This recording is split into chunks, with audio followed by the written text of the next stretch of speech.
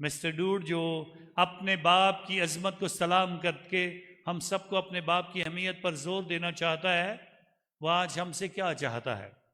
ہم بھی زمین پر رہتے ہوئے اپنے اپنے خاندان میں اپنے اپنے باپ کے کردار کو دیکھنے کی کوشش کریں، باپ کی عظمت کو سلام کر سکیں، اس کی محنت پر غور کر سکیں۔ شاید آج کے دن اس بات کے لیے بھی ہمیں احساس دلانے کی کوشش کی جاتی ہے کہ جس طرح ایک درخت کو جلنا پڑتا ہے اس گرمی میں دوسرے لوگوں کو سایہ دینے کے لیے، باپ کا کردار بھی ایسی ہے، خود وہ محنت کرتا ہے تاکہ دوسرے بچے زندگی پائیں۔ آج خدا کے حضور اس بات کی طرف بھی ہمیں توجہ کرنی ہے کہ کبھی کبھار ہم اپنے ماں باپ کی عزت نہیں کرتے ہیں، اس پر ہمیں غور کرنا ہے۔ شاید آج فادرز ڈے ہمیں بتانے کی کوشش کر رہا ہے کہ وہ بیٹے اور بیٹیاں جو باپ کی وراثت پر نظر رکھ کے بیٹھی ہوئی ہیں اور باپ ابھی جو زندہ ہے اس پر کوئی توجہ نہیں دے رہا۔ آج فادرز ڈے کے موقع پر شاید ہم سے سوال کیا جاتا ہے کہ ہمیں اس باپ کی طرف نگاہ کرنی ہے جسے ہم نے اس کے اپنے ہی گھر سے نکالنے کے لیے سامان تیار کر لیا ہے۔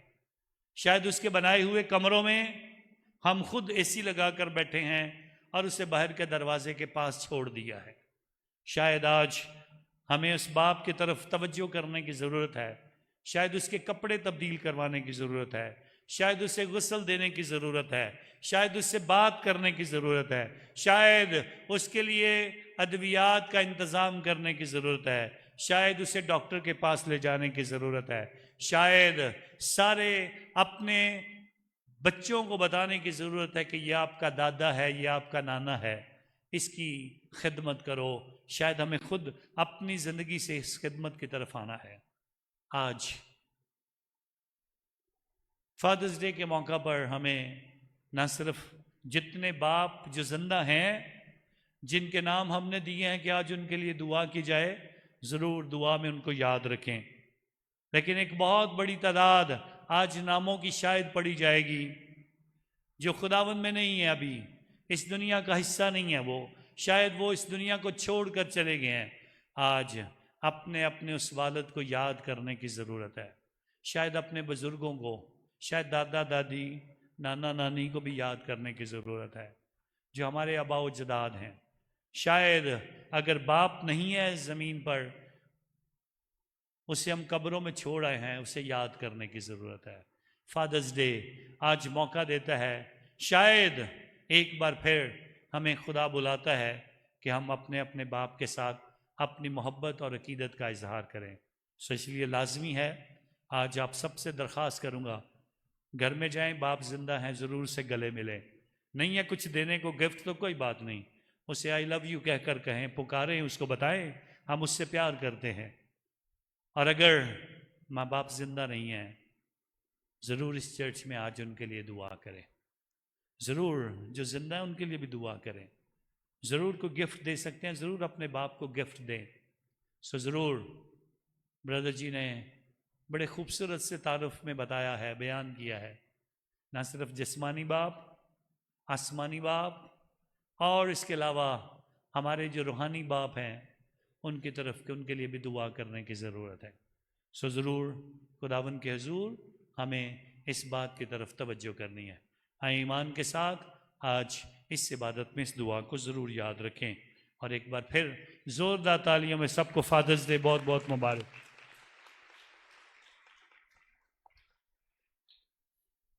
آج پوری دنیا عید پینتیکوس مناتی ہے، ہولی ٹرینٹی سنڈے، پاک تثلیث کا اتوار، عقد الثالث کا اتوار۔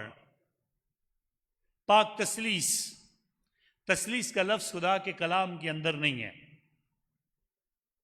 یہ تثلیث کا لفظ انسانوں نے بنایا ہے، لیکن خدا نے تثلیث کے اس لفظ کے اندر جو کچھ ہے اس کی تعلیم اپنے کلام کے اندر دی ہے۔ تثلیث کیا ہے؟ خدا باپ، خدا بیٹا اور خدا روح القدس، یہ تینوں ایک خدا ہے۔ ایک خدا کی وحدت کو بیان کرنے کے لیے آج پاک تثلیث کی عید جو ہمارے سامنے رکھی جاتی ہے. پاک تثلیث مسئلہ نہیں ہے جس کو آج ہمیں سمجھنا ہے. ضرور گفتگو میں اپنے ارد گرد آپ یہ باتیں سنیں گے کہ شاید پاک تثلیث مسئلہ ہے. پاک تثلیث مسئلہ نہیں ہے. پاک تثلیث تو بھید ہے خدا کا. مسئلہ تو حل ہو سکتا ہے لیکن پاک تثلیث ایک بڑا بھید ہے جو حل نہیں ہوگا. یہ صرف حل نہ ہونے کی اس کی وجہ یہ ہے کہ پاک تثلیث جب خدا کا بھید ہے تو اس بھید پر ہمیں ایمان رکھنا ہے.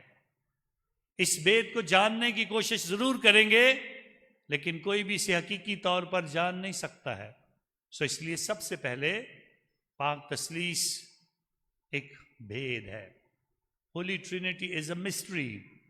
یہ ایک بہت بڑا بھید ہے, مسئلہ نہیں ہے.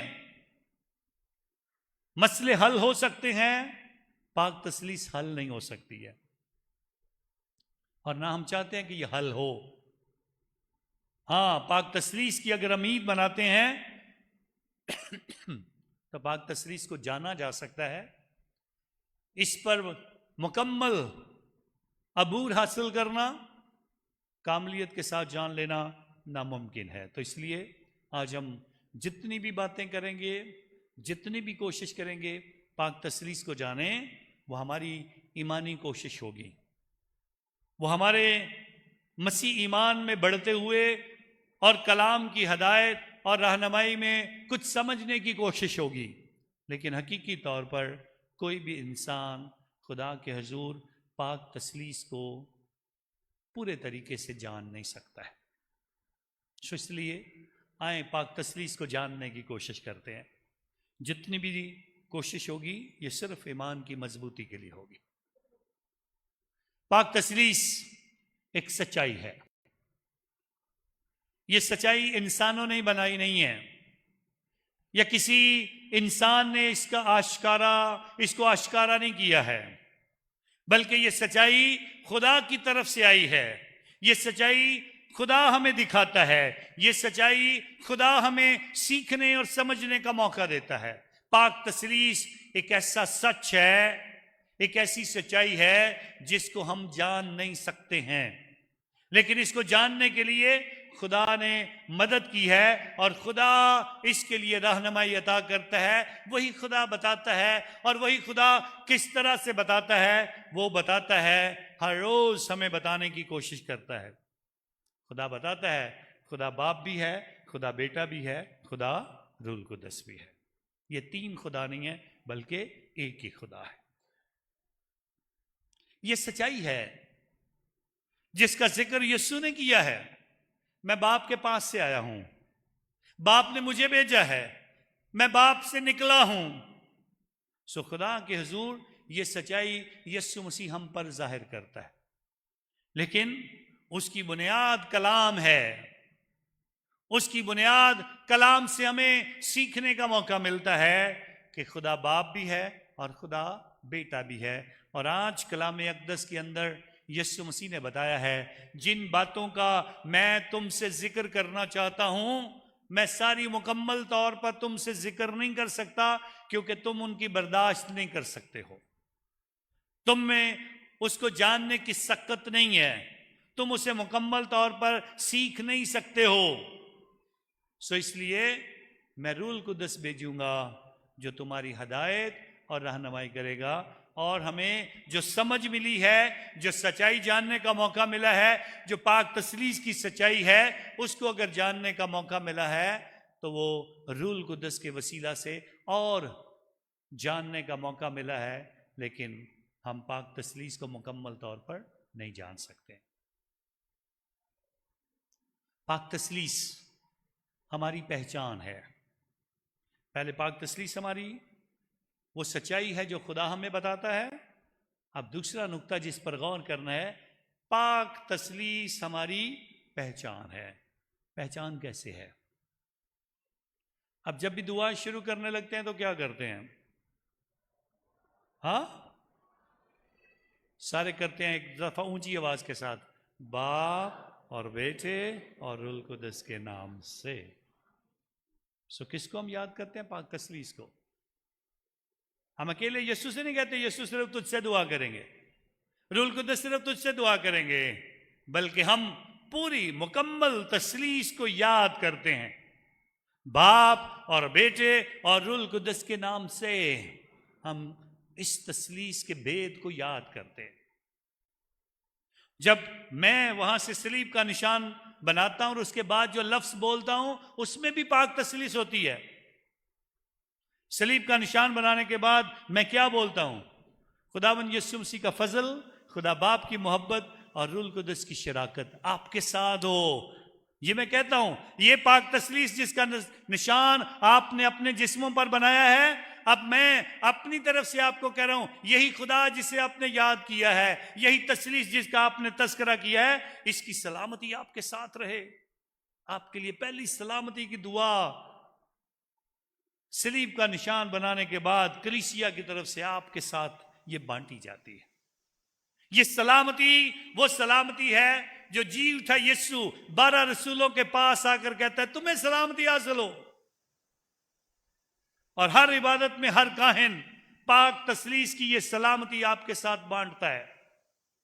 اور یہ تثلیث کی سلامتی یہ ہے کہ جینے والوں اور مرنے والوں سنو، جس طرح مرنے والا یسوع مردوں میں سے زندہ ہو کر شاگردوں کو سلامتی کی خبر دیتا ہے، سب کو یہ خبر دی جاتی ہے پاک تثلیث کے وسیلہ سے ہم سارے جو زندہ ہیں اور جو مر گئے ہیں سارے زندہ ہو جائیں گے۔ پاک تثلیث کا بید اتنا بڑا ہے، یہ ہماری پہچان ہے۔ کبھی غور کرنے کی کوشش کرو، جب مسیحوں کو چھیڑا جاتا ہے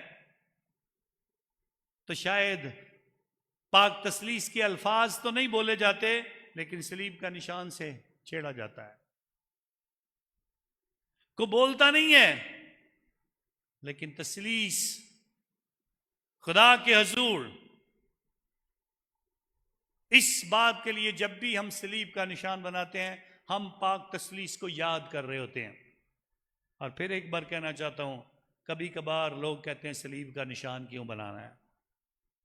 جب آپ اس صلیب کے نشان کو چھوڑتے ہو آپ پاک تثلیث کو چھوڑتے ہو۔ کوئی آپ کو پاک تثلیث کو یاد کرنے سے منع کر رہا ہے، اور پاک تثلیث کا بید یہ ہے باپ اور بیٹے اور روح القدس کے نام سے۔ یہ بید خدا کے حضور آپ سب پر آشکارا کیا جاتا ہے آج کے دن۔ پاک تثلیث ہماری پہچان ہے، صلیب ہماری پہچان ہے، صلیب کا نشان ہماری پہچان ہے، پاک تثلیث کے الفاظ ہماری پہچان ہے۔ صلیب کے وسیلے سے ہمیں جو نجات ملی ہے اسی کے وسیلہ سے پاک تثلیث کا بید ہم سب کے اوپر کندہ کر دیا جاتا ہے، بنا دیا جاتا ہے، مسا کر دیا جاتا ہے۔ اسی لیے صلیب کا نشان اور پاک تثلیث کی برکت، جب ہم پیدا ہوتے ہیں تو ہمارا نام لے کر، وہ چاہے ہمارا نام اعظم مسیح ہے، وہ برکت مسیح ہے، وہ کیتھرین بی بی ہے، وہ شمع بی بی ہے، کوئی بھی ہے، اس کا نام لے کر اسے کہا جاتا ہے میں تجھے باپ اور بیٹے اور روح القدس کے نام سے بپتسمہ دیتا ہوں۔ یہ ہماری پہچان ہے۔ اور جب ہم مر رہے ہوتے ہیں، قبر میں دفن کر دیا جاتا ہے، اس وقت بھی پاک تثلیث کے اس برکت کے ساتھ ہمیں سلامتی کے ساتھ اس زمین سے اور دنیا سے رخصت کیا جاتا ہے۔ پاک تثلیث ہمارے جسم سے، ہماری زندگی سے، ہمارے ایمان سے، ہماری گفتگو سے اور ہر روز کی زندگی سے کبھی جدا نہیں ہو سکتا ہے۔ پاک تثلیث کا بید ہمیں مضبوطی بخشتا ہے۔ اس لیے سب سے پہلے پاک تثلیث ایک بید ہے، پاک تثلیث ہماری پہچان ہے۔ پاک تثلیث خدا باپ، خدا بیٹا اور خدا روح القدس ہے۔ پاک تثلیث خدا کی محبت ہے۔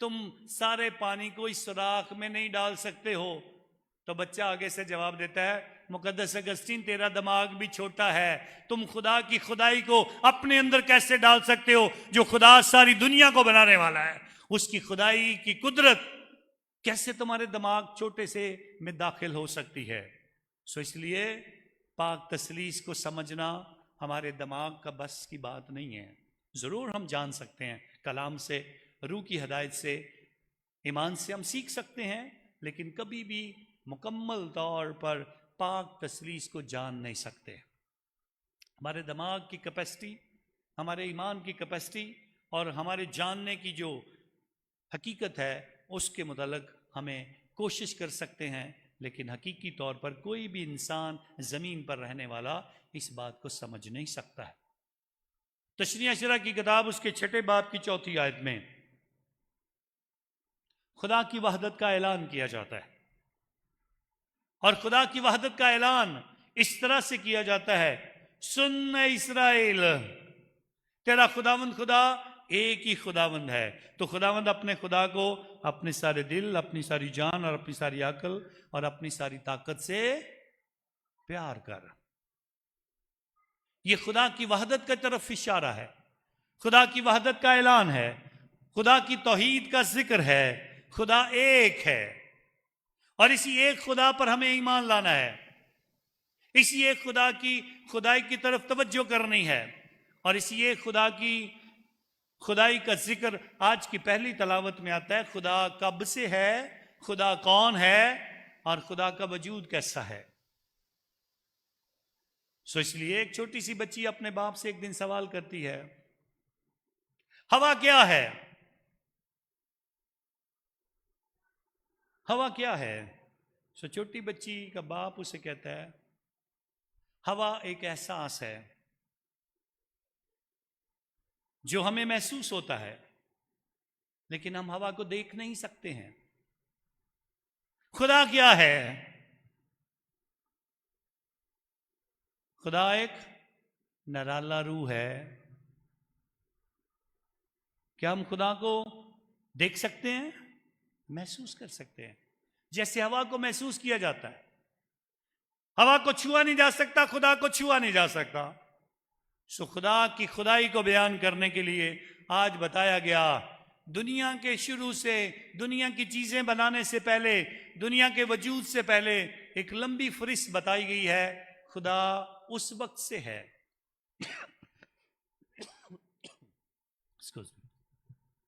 سو بتایا گیا خدا کی حکمت بلند آواز سے پکارتی ہے, خداوند اپنی راہ کے شروع میں مجھے رکھتا ہے.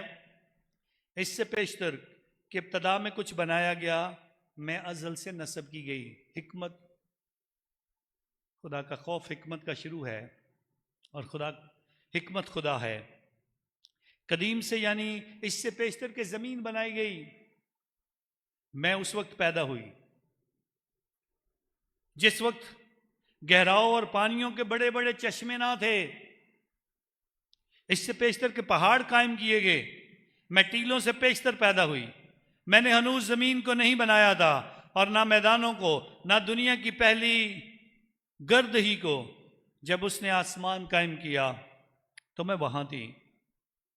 جب اس نے گہراؤ کے چہرے پر گنبد رکھا, جب اس نے بلندی پر افلاک ٹھہرائے اور گہراؤ کے چشمے مضبوط کیے, جب اس نے سمندر کی حدود باندھی تاکہ پانی کناروں سے باہر نہ جائے, جب اس نے زمین کی بنیادیں ڈالی, تب میں نے اس کے ساتھ ماہر کاریگر کی مانند تھی,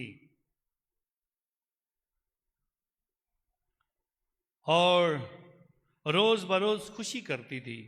ہر وقت اس کے آگے آگے کھیلتی تھی.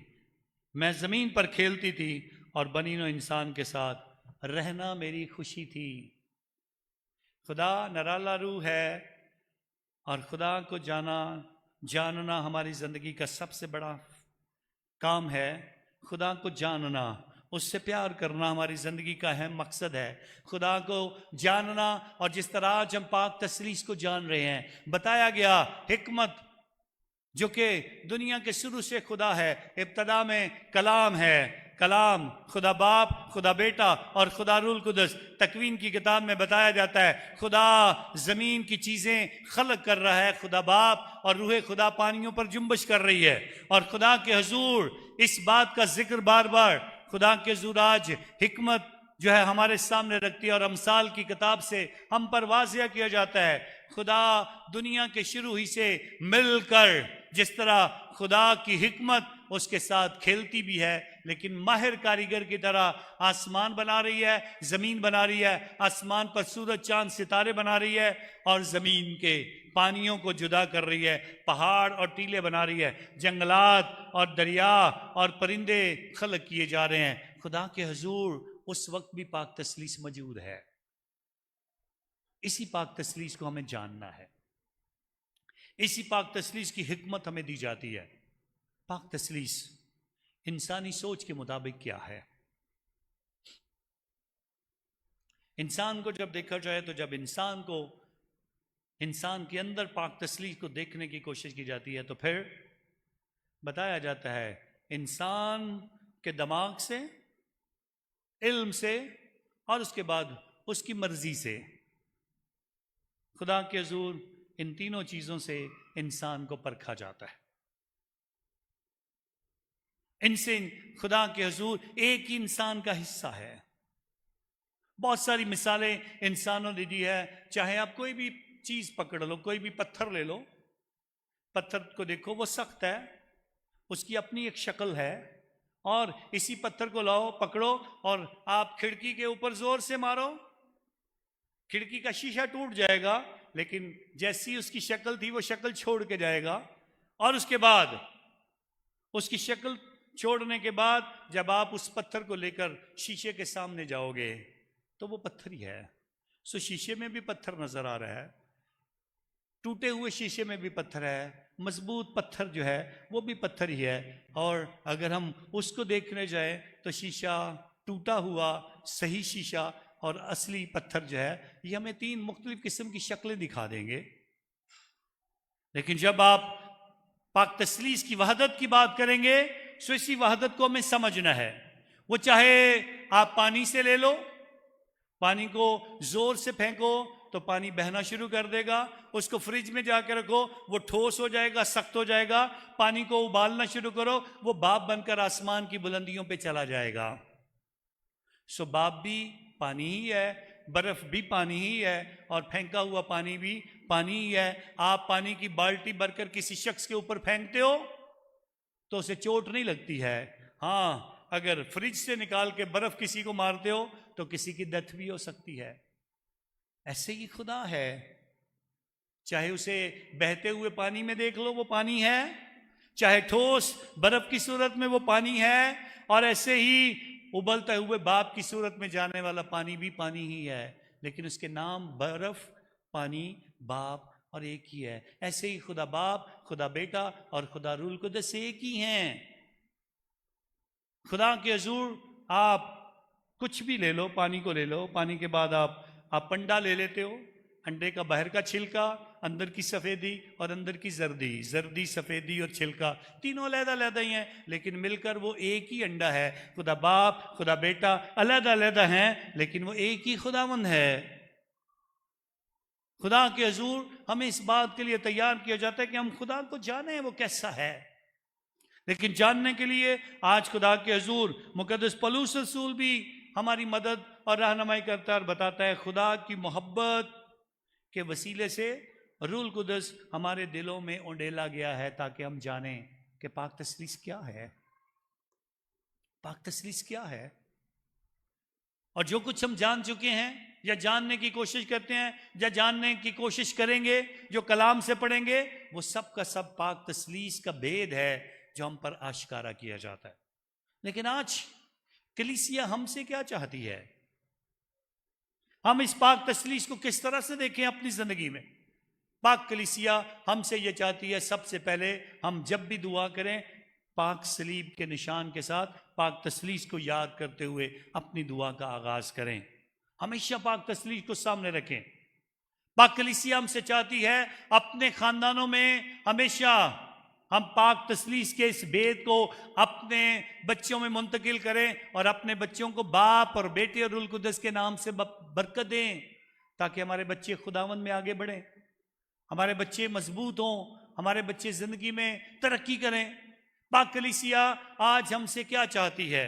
ہم اپنے اپنے خاندانوں میں پاک تسلیس کی اہمیت کو جان سکیں کیا ہے، اور پاک تسلیس کی اہمیت جاننے کے لیے ہے، ایک خاندان میں 3 بھائی تھے، باپ نے بڑی محنت کی، تینوں بیٹوں کو بڑی اچھی اچھی تعلیم دی۔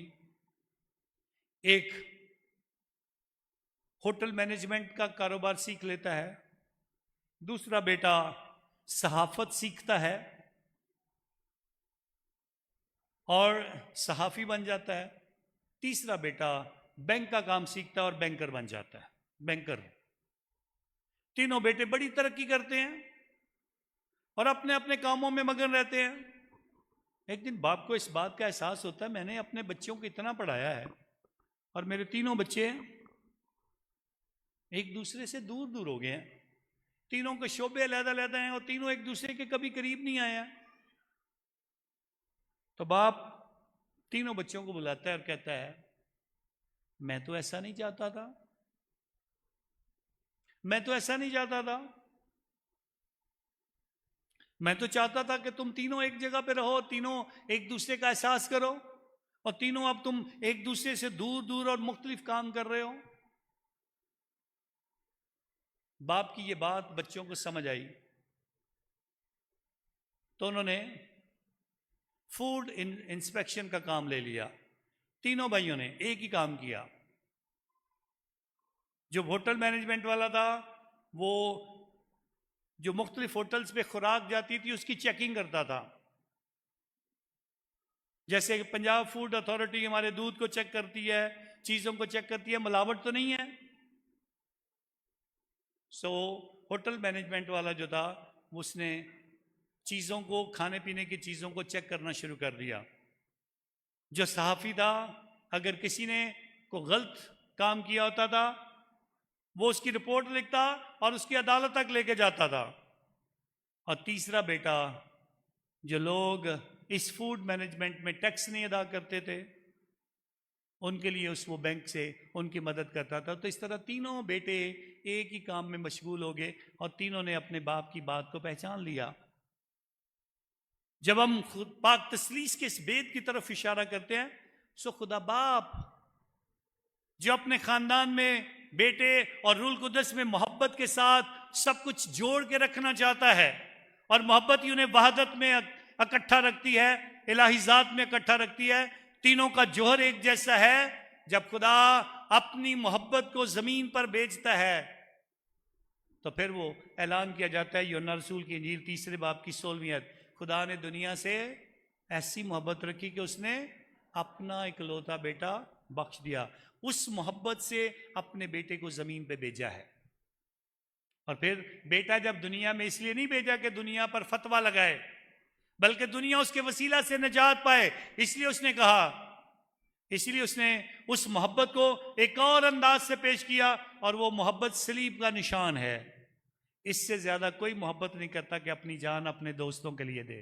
ہم سب کے لیے اس نے جان دی، ہم سب کے لیے اس نے جان دی، اور روح القدس آ کر اب اس قربانی کو، اس محبت کے سبق کو ہمارے ساتھ بانٹ رہا ہے، تاکہ ہم جان سکیں کہ ہم خدا کی محبت کو کس طرح سے دیکھتے ہیں۔ آج جب کہ فادرز ڈے ہے، اس محبت کو ہمیں خاندان میں اور اپنے باپ میں دیکھنے کی ضرورت ہے۔ اس محبت کو شاید ہمیں اپنے بچوں میں دیکھنے کی ضرورت ہے۔ اس محبت میں ہمیں میاں بیوی کی حیثیت سے اور بچوں کی حیثیت سے، خاندانی حیثیت سے اس محبت کو دیکھنے کی ضرورت ہے۔ کلیسیائی طور پر اپنے چرچ سے محبت رکھنے کی ضرورت ہے۔ اپنے چرچ کے تمام انتظامات کرنے میں ہمیں اپنی اس محبت کو دیکھنے کی ضرورت ہے۔